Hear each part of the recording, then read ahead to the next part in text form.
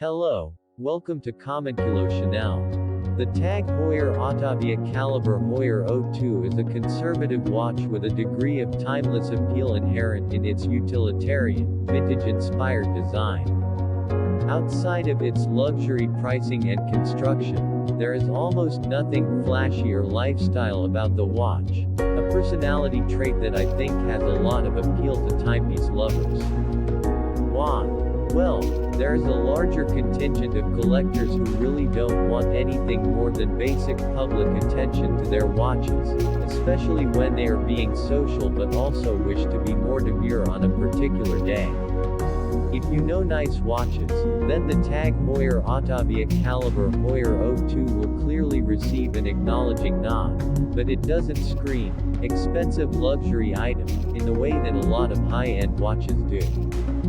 Probably the flashiest part of the TAG Heuer Autavia Calibre Heuer O2 is the all-polished steel case and bracelet, but this is mainly because a lot of vintage watches were finished this way. The case construction feels solid and is water-resistant to 100 meters. Over the dial is an AR-coated, domed sapphire crystal. On the wrist, the TAG Heuer Autavia Calibre Heuer O2 is not small, but it isn't larger than it needs to be. The case is about 42 mm wide, 16 mm thick, and has a roughly 51 mm lug-to-lug distance.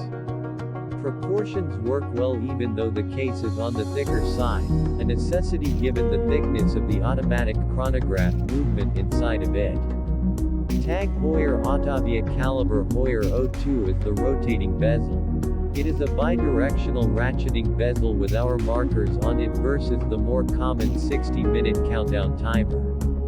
There are various uses for such a bezel, including different forms of timing as well as keeping track of a second time zone. The dial itself is a beautiful modern construction but done in a way that is meant to evoke chronograph dials from the 1960s and 1970s.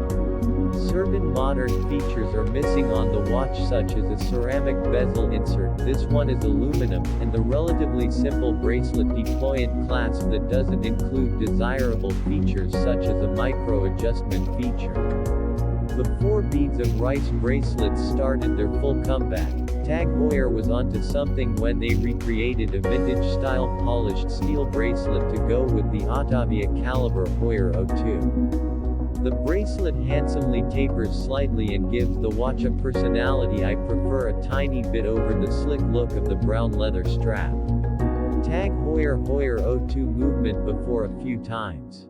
The movement has had at least 3 names associated with it: Calibre 1969, Calibre CH80, and Calibre Heuer O2, which has been shifted around between 3 different TAG Heuer CEOs and now onto its 4th. The movement in 2020 served as the basis for the newly revamped TAG Heuer Carrera Chronograph collection, a series of watches that I associate as being spiritual successors to the Autavia Calibre Heuer O2 in a few ways. The movements are truly excellent and uncommonly spec'd at this price point. The automatic movements operate at 4 Hz with 80 hours of power reserve and feature a 12-hour chronograph that has both a column wheel transmission as well as a vertical clutch. At this time TAG Heuer has stopped production of the Autavia Calibre Heuer O2 as a new Autavia collection was subsequently released.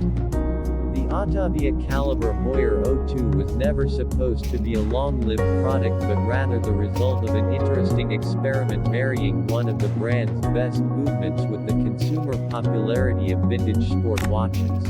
The price for the TAG Heuer Autavia Calibre Heuer O2 reference CBE 2110. BA0687 was $5,300 USD.